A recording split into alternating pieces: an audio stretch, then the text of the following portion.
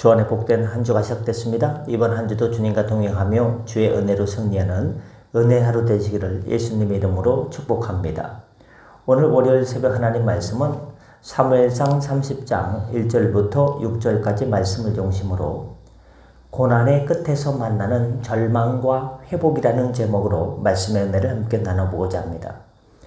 주님께서 사랑하는 성도 여러분, 우리는 사무엘상 말씀을 통해서 다윗이 사울의 추격을 피해서 블레셋으로 망명한 이야기를 계속해서 나누고 있습니다. 블레셋 방백들의 불신 덕분에 이스라엘과의 전쟁이라는 위기를 모면했지만 오늘 본문은 다윗에게 불어닥친 또 다른 절망적인 사건을 보여줍니다. 과연 다윗은 이 고난의 터널 속에서 어떻게 반응했을까요? 오늘 말씀을 통해서 고난의 끝에서 만나는 절망과 믿음의 회복을 함께 묵상하며 우리 삶에 적용할 교훈을 찾아보고자 합니다.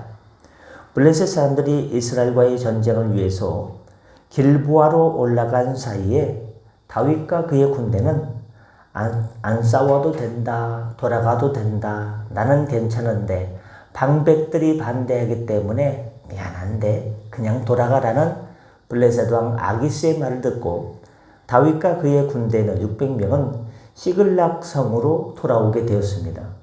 그러나 그들을 기다리고 있던 것은 잿더미가 된 성읍이었습니다. 무슨 일이 있던 것일까요? 다윗과 그의 사람들이 사흘 만에 시글락에 이를 때에 아말렉 사람들이 이미 네겝과 시글락을 침노하였는데 그들이 시글락을 쳐서 불사르고 거기에 있는 젊은이나 늙은이나 막론하고 죽이지 아니하고 다 사로잡아 끌고 자기 길로 갔더라라고 이야기하고 있습니다. 전 이 부분을 보면서 이거 하나님의 섭니다. 보통 아말렉 군대가 쳐들어오면요, 부녀자들, 애들이나 일꾼으로 쓸 애들이나 아니면 부인들을 데려가지 않습니까? 나머지 사람들을 막 죽여버리지 않습니까? 근데 아무도 안 죽였어요. 아무도 안 죽이고 그냥 다 포로로 데려갔어요. 여기에는 하나님께서 다시금 돌려주려고 한 것이 아닌가. 우리가 일의 결말을 볼 때 하나님의 예리하심이 있지 않았을까 생각됩니다. 다윗과 그의 군대는 시글락 성으로 돌아왔을 때 성읍이 불타버렸습니다. 아무도 없어요. 다 사로잡혀 갔어요. 모든 것을 잃었습니다. 다윗과 그의 사람들은 이 비극적인 광경을 보고 소리를 높여 울다가 언제까지 울었을까요? 울 힘이 없을 때까지 울었습니다. 애들이요, 가끔 엄마 앞에서 뗐을 때 있죠. 막 장에 가가지고 장난감 사달라고 막 길바닥에 누워가지고 어떤 애는 막 대자로 뻗고요, 막 몸을 막 움직이고요. 어떤 애는 얼마나 다른 사람들 앞에서 엄마 창피하게 하면 내가 원하는 물건이 나온다, 이런 생각을 갖고 있어가지고 얼마나 떼쓰고 오는데, 근데 어떤 엄마는요 그냥 놔둬요. 그냥 언제까지? 끄끄 할 때까지, 울 힘이 없어서 더 이상 울음이 안 나올 때까지 기다려요. 얘가 지쳐버리는 거죠. 나중에는 어떻게 할까요? 더 울까요? 모르겠지만요. 이 시글락 성읍을 보고서요, 울 힘이 없을 때까지 울었습니다. 그들의 절망과 슬픔은 이루 말할 길이 없겠죠? 그들이 지쳐 울음을 멈추자 상황은 더욱더 악해져 갔습니다. 사람들은 모든 것을 잃어버렸다는 슬픔과 분노 속에서 누구에게 원망의 화살을 돌립니까? 다윗에게. 백성들은 자녀들 때문에 마음이 슬퍼서 누구를 돌로 치지 않니? 다윗을 돌로 치지 않니? 여러분, 누구보다 누구를 더 생각하는 거예요? 부인보다요, 자녀들을 더 생각하는 거예요. 자기 아내가 없어졌다고 돌로 치는 게 아니라요, 우리 애들 때문에. 이 피부치 아닙니까? 피부치의 정 아닙니까? 다윗은 절망적인 상황 속에서 자신의 백성들에게 버림받아 돌에 맞아 죽을 위기에 처합니다. 그는 가장 극심한 맥시멈의 고통을 겪게 되죠. 그러나 그 순간 성경에서 다윗은 아주 중요한 선택을 했다는 것을 기록합니다. 여기서 그 말씀이 뭡니까? 그 말씀은요, 6절 말씀, 아주 귀한 말씀입니다. 다윗이 크게 다급하였으나 너무 당황했고요. 왜? 아니 지금 적군의 칼날에 죽는 것이 아니라 같이 간 군사들에게 죽을 위기예요. 다급하였으나 크게 다급하였으나 뭐 때문에 그의 하나님 여호와를 힘입고 용기를 얻었더라. 와, 여기에 참 은혜로운 말씀이 있는 것입니다. 오늘 본문을 통해서 얻을 수 있는 교훈 첫 번째는 뭐냐? 고난 속에서도 우리가 울 수 있는 믿음이 필요합니다. 가끔 장례식장 가면요, 슬픔을 억누르는 사람들이 있어요. 상주가요, 완장을 딱 잡으세요. 막 울음이 나오려고 하는데 꾹꾹 참습니다. 그냥 참습니다. 그러면 같이 그 장례식장에 문상 간 사람들이 어깨를 두드리면서 울어도 돼. 장례식장에서 울어도 돼. 합니다. 우리는 고난 속에서 울 수 있는 믿음이 필요합니다. 다윗과 그의 사람들은 모든 것을 잃어버리고 아주 소리 높여 꺽꺽 울었습니다. 그들의 슬픔은 진실하고 솔직했습니다. 고난 앞에서 자신들의 감정을 숨기지 않았습니다. 우리는 때때로 믿음이 좋다는 이유로 하나만으로 고난 속에서 슬퍼하는 것을 아이고 참 김집사 믿음이 이렇게 없어. 그거 좀 어려움 당했다고 그렇게 울 수 있어? 믿음 없이 말이야. 여러분, 울면 믿음이 없는 겁니까? 여러분, 하나님 앞에서 진실로 울 수 있어야 믿음이 좋은 거예요. 안 그런 척, 슬프지 않은 척, 괜찮은 척. 주님께서는 척을 별로 안 좋아해요. 솔직하게 울어라. 내 품에 안겨서 솔직하게 울어라. 다윗은요, 우리아의 아내를 범하고 나서, 우리아를 죽이고 나서 나단 선지자가 책망했을 때 끄끄 울었습니다. 밤새도록 담요가 젖어가지고 물 위에 둥둥 뜰 정도로 얼마나 울었습니까? 여러분, 슬플 때는요, 울어야 돼요. 감정의 정화도 되고요. 아주 좋습니다. 회개도 잘 되고요. 우리는 하나님 앞에서 연약할 때 울 수 있어야 됩니다. 그게 주님 앞에는 좋은 겁니다. 하나님께서는 우리의 눈물을 보시고 우리의 아픔을 아시기 때문입니다. 중요한 것은 그런데 슬픔에, 울음에 머무는 것이 아니라 그 슬픔을 통해서 누구한테 나가야 돼요? 하나님께 나갈 수 있어야 돼요. 그냥 잔뜩 울기만 잔뜩 울어놓고 끝! 그러면 안 됩니다. 울면서 하나님께 나아가 주님 품에 안겨야지 이게 최고입니다. 오랜 투병 생활로 지친 성도가 있었습니다. 왜 안 그럴까요? 항상 감사해야 된다는 강박에 시달려 자신의 힘겨움을 솔직하게 주님께 표현하지 못했습니다. 그러나 그는 그러다가 자신의 솔직한 감정을 하나님께 아뢰는 기도를 시작했습니다. 뭘 보고요? 울 힘이 없을 때까지 울었더라. 울 힘이 없을 때까지 울었더라. 그것을 보고 그는 다윗의 말씀을 통해 큰 위로를 얻었습니다. 하나님께서는 제가 아프다고 울부짖는 소리조차도 듣고 계셨다라고 고백하며 치유의 여정을 시작했습니다. 답답하십니까? 컬컬하십니까? 주님 앞에 엎드려 우십시오. 울 힘이 없을 때까지. 두 번째, 우리는 사람이 아닌 하나님을 의지해야 됩니다. 다윗은 자신의 군사들이 돌을 들어 자기를 죽이려 하니까 얼마나 다급했겠습니까? 참 괴롭죠. 그렇게 먹여주고 재워주고 비루한 자, 억눌림 받은 자, 모든 슬픔에 당한 자들 아둘람 굴에 모아가지고 그래 먹여주고 그래 키워주고 다 컸겠죠. 다 큰 사람들이 없겠죠. 그래 돌봐줬는데 이렇게 어렵다고 나를 모른 척하고 모른 체 한 걸 떠나서 나를 죽이려고 하다니 얼마나 괘씸합니까? 이게 인간의 본성이에요. 기분 좋을 때는요, 사장님 그러다가 기분 나쁘면 완전히 얼굴을 얼굴 바꿔가지고 그냥 죽을 듯이 달려들고 그냥 세상 원수처럼 고소하는 세상. 인간에 대해 환멸을 느끼지 않습니까? 사람이 어떻게 그럴 수가 있는가? 근데 그 환멸 느낄 필요가 없어요. 사람이 원래 그래요. 좋을 때는 간이 그슬기고 다 죽고 싶지만요. 괴로우면요. 평생 안 볼 것처럼 막 싸붙이고 그냥 막 별 욕까지 다 하고 그게 사람이에요. 인간의 본성입니다. 그러니까 인간을 의지할 수가 없어요, 여러분. 여러분, 우리는 그때 인간의 본성 앞에서 어떻게 해야 되느냐? 사람 의지하지 말고 하나님만을 의지하시길 바랍니다. 한 가정이 갑작스러운 사업 실패로 모든 것을 잃었습니다.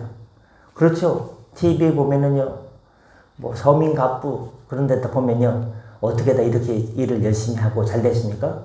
우리 아버지가 제가 어릴 때요, 사업하다가 망해가지고요, 빚더미 올라가지고요, 가족들은 뿔뿔이 흩어지고요, 먹고 살 게 없어가지고 얼마나 눈칫밥을 먹었는지 몰라요.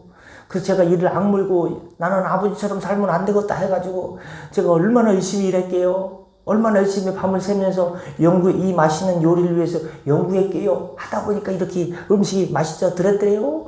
그러면서 얘기하지 않습니까? 사업을 크게 하면요, 돈을 많이 벌 때도 있지만요, 한번 무너지면요, 일어나기가 힘들어요. 나는 조금씩 먹고 길게 간다. 뭐 그런 사람도 있지 않습니까? 가정이 참 무너지기 직전에 이르렀습니다. 그러나 가족들이 함께 기도하면서, 야, 우리가 아빠를 원망할 거 뭐냐? 아빠도 너희들 잘 먹고 잘 먹여 살리려고 하다 보니까 일이 이렇게 됐는데 서로 원망하지 말자. 우리 교회 다니자. 교회 다니니까 하나님 믿으니까 우리 기도하자. 함께 모여서 기도하면서 무너진 가정을 다시금 세워져 갔습니다. 주님 의지하면 주님께서 그 가정 세워주십니다. 끝으로 오늘 말씀 제목이죠.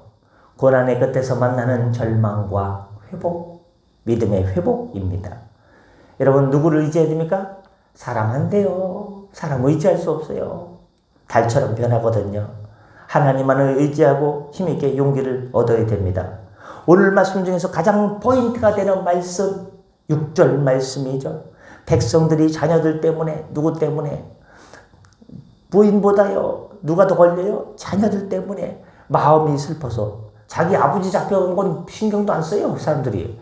자기 어머니 붙잡혀간 건 신경도 안 써요. 누구 때문에? 자기 자녀들 잡혀간 것 때문에 막 가슴이 막 불이 붙는 거예요.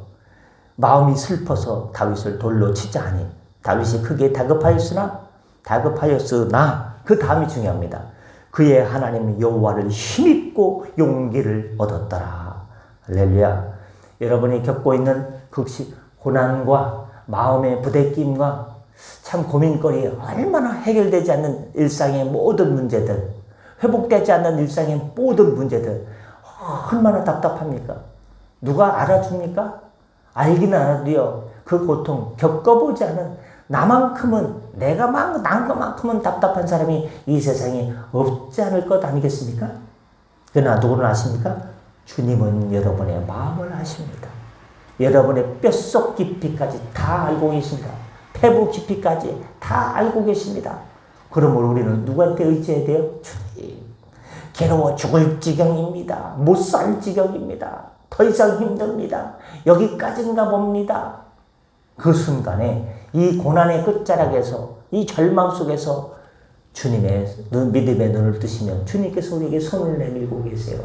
사랑하는 나의 아들아, 사랑하는 나의 딸아, 이 손 왜 안 잡니? 야, 손 아프다. 그러면 어떻게 하겠습니까? 어떻게 해요? 그의 하나님 여호와를 힘입고 무너진 자리에서 일어나 여호와를 힘입고 용기를 얻었더라. 아이고, 괴로우면요, 뭔 용기가 있습니까? 그냥 죽을 지경인데 어깨 축 처지고 마음도 축 처지고 사람들 만나기도 싫고 얘기 듣는 것도 싫고 꼴 보기도 싫고 다 만사가 귀찮고 그냥 괴로운 거죠. 그러나 그 용기를 일으켜 주신 분은 하나님을 의지할 때, 하나님께 모든 걸 맡길 때 하나님을 통해서 힘입고 뭘 얻게 됩니까? 하나님은 우리에게 뭘 줍니까? 용기를 줍니다. 용기. 이제 군대 갔는데요, 학사 장교로 갔어요. 근데 장교는 몇 가지가 있느냐? 육군 사관학교 나온 애들이 있어요. 육사 출신이 있어요. 3군 사관학교 영천에 3사 나온 애들이 있어요. 그러면 대학교에서 ROTC 나온 학군 장교가 있어요. 그 다음에 학사 장교가 있어요. 저는 학사 장교로 갔거든요. 딱 갔더니 이 육사 이놈들이 얼마나 버팅기는지요. 얼마나 자부심 막 무시하는지요. 3사도 무시해요. 학군도 ROTC도 무시해요. 학사는 동네 북이에요. 기분 나쁘더라고요.